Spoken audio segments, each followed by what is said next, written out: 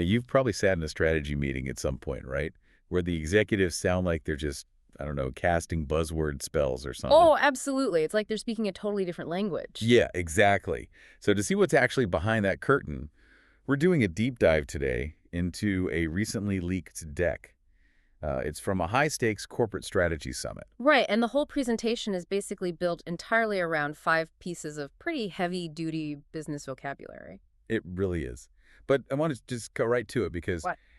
are these terms just, intellectual camouflage? I hmm mean, are executives just using complicated words to hide really simple plans?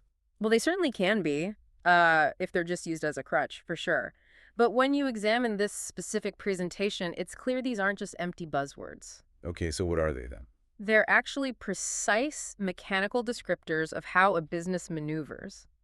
Like when executives use them correctly, they aren't just trying to sound smart, they are communicating really complex risk and structural opportunity in a single breath. Okay, well, let's test that out. Yeah. Because to maneuver effectively, you first need to know where you actually stand, That was right? exactly. And the slides we're looking at, they emphasize information gathering, but they don't tell managers to just wait for the quarterly performance report. No, they don't. They specifically say you need to get the lowdown, Hmm. which, I mean, why use a slang term in a formal strategy deck? Because official data is almost always a lagging indicator, you know? Right. By the time a metric actually hits a formal HR or sales report, the damage is already done. Or, the window of opportunity has already closed. Ah, so it's too late. Yeah, exactly. So the lowdown represents this sort of shadow information network. It's the unofficial ground level reality that you can really only get through direct human networks before the official metrics catch up. Okay, so you tap that shadow network, and let's just say you realize your current product line is totally doomed. Right, you have to react. Right. Which the deck calls executing a pivot. Yeah. But, I mean, come on, a lot of companies use pivot as a really polite way of saying, well, we failed and we're starting over. Yeah, they do. But the materials here show a specific team facing a massive physical chip shortage. And they didn't panic, right? They pivoted to software optimization. Oh, interesting. And that perfectly illustrates the mechanics of a true pivot. I mean, if you just abandon everything and start over, you're not pivoting, you're just flailing. Yeah, that makes sense. What? So what makes it a real pivot? A genuine pivot requires an anchor. You keep your core competency. So in the case of that tech team, their world-class engineering talent, you keep that firmly planted. Kind of like basketball. Like you keep your pivot foot planted. Yes, exactly like that. You just shift the application of that talent from hardware to software in this case.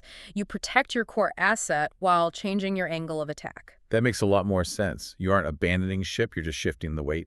But once you survive that maneuver, the deck moves really aggressively into talking about leverage to gain ground.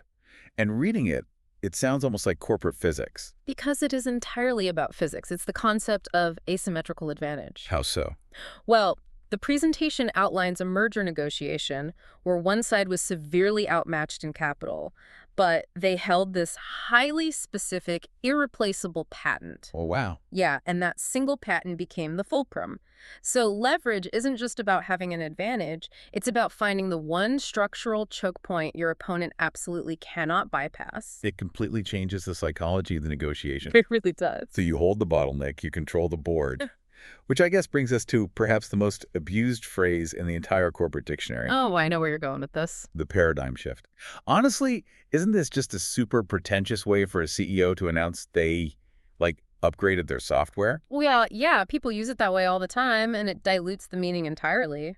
But the strategy deck draws a hard line here. A true paradigm shift doesn't just mean the market changed.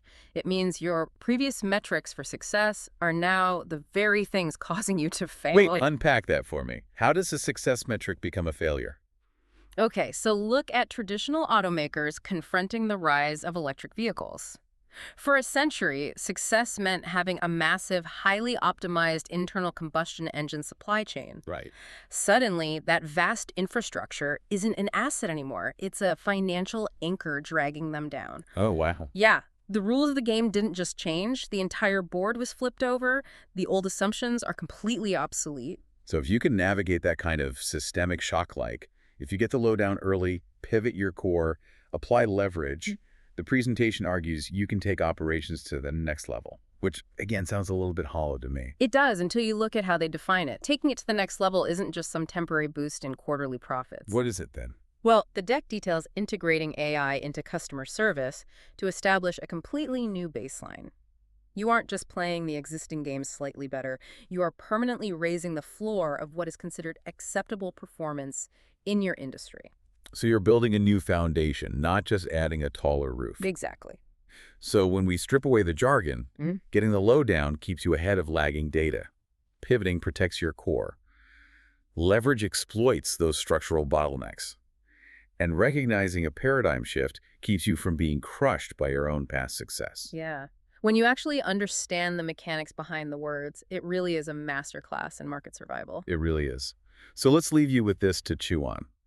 If a paradigm shift means your current assets could become tomorrow's liabilities, take a hard look at your own job right now. That's a great point. What is one core assumption or skill you rely on today that might become completely obsolete in the next 5 years? Keep that in mind. Because if you can spot that shift before it hits the official reports, you won't just be surviving the next corporate meeting. You'll be the one directing it. Exactly.